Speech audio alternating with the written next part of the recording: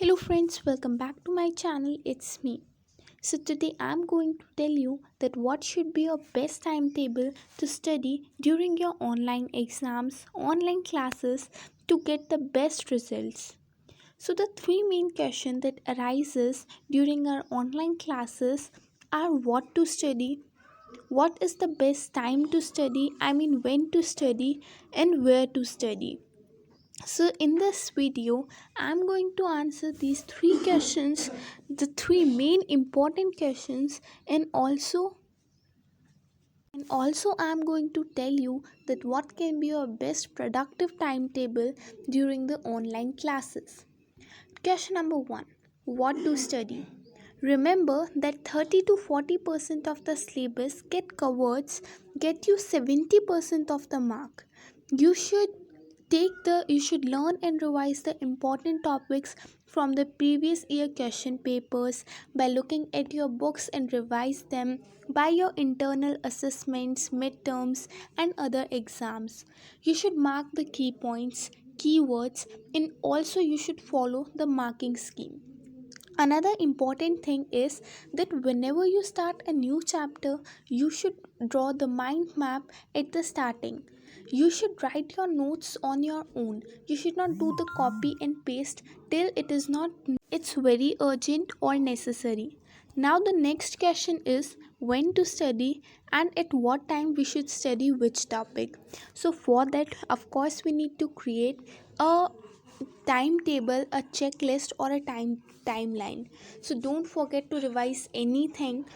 Take the important topics first, then take the detailed syllabus, course outline, and of course we should create an exam calendar so that we can cover our syllabus according to our exams. We should write the subtopics on various days. Break down the entire content into 30 or 45 or 60 days into milestones.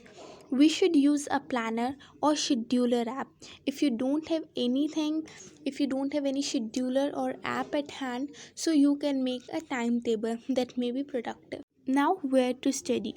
The next question arises is where to study? What is the best place?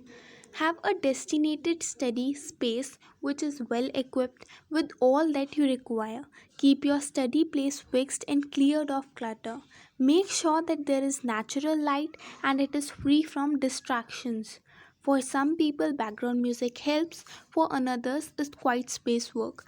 So, your study place must be according to you where you feel calm and concentrated. Now, the main thing comes that is making the timetable. Many people make the timetable but do not follow them. So, it's a request that you should follow the timetable what you make. So, now I'm going to tell you that what should be your timetable for the best results.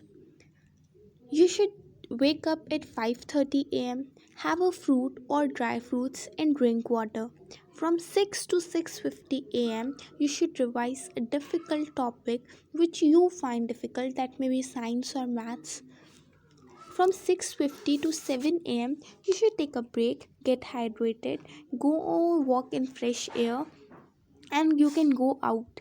From 7 to 8 a.m., you should again revise the difficult topic, that may be anything which you find difficult.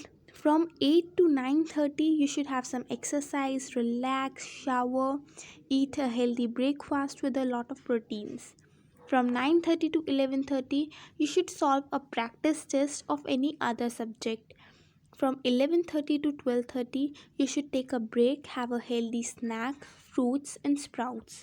From 12:30 to 1:30 you should mark your practice text which you solved from 9:30 to 11:30 and analyze the areas of deflect where your marks get cut.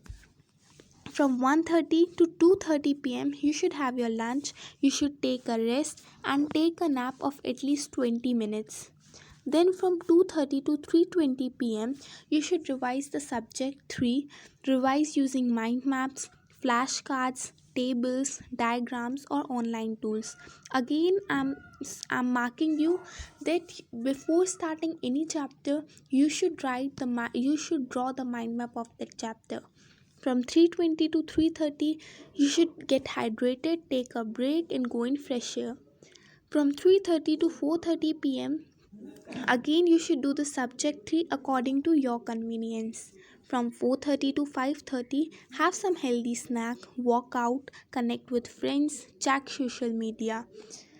From 5:30 to 7:30, you should do a subject 4 with a 10-minute break, anything according to your convenience.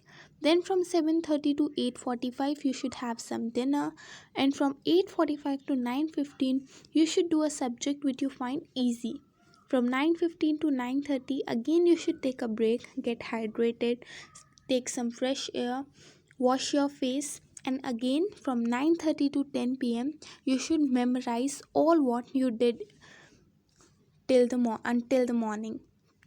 Then from 10 p.m. it's your bedtime. You should take a sleep. So I think this could be the best timetable for a student. And 101% sure that if you are going to follow this timetable, you can get 100% results. So thank you for watching my video. Do like and subscribe to my channel, and if you want more videos like it, tell me in the comment section.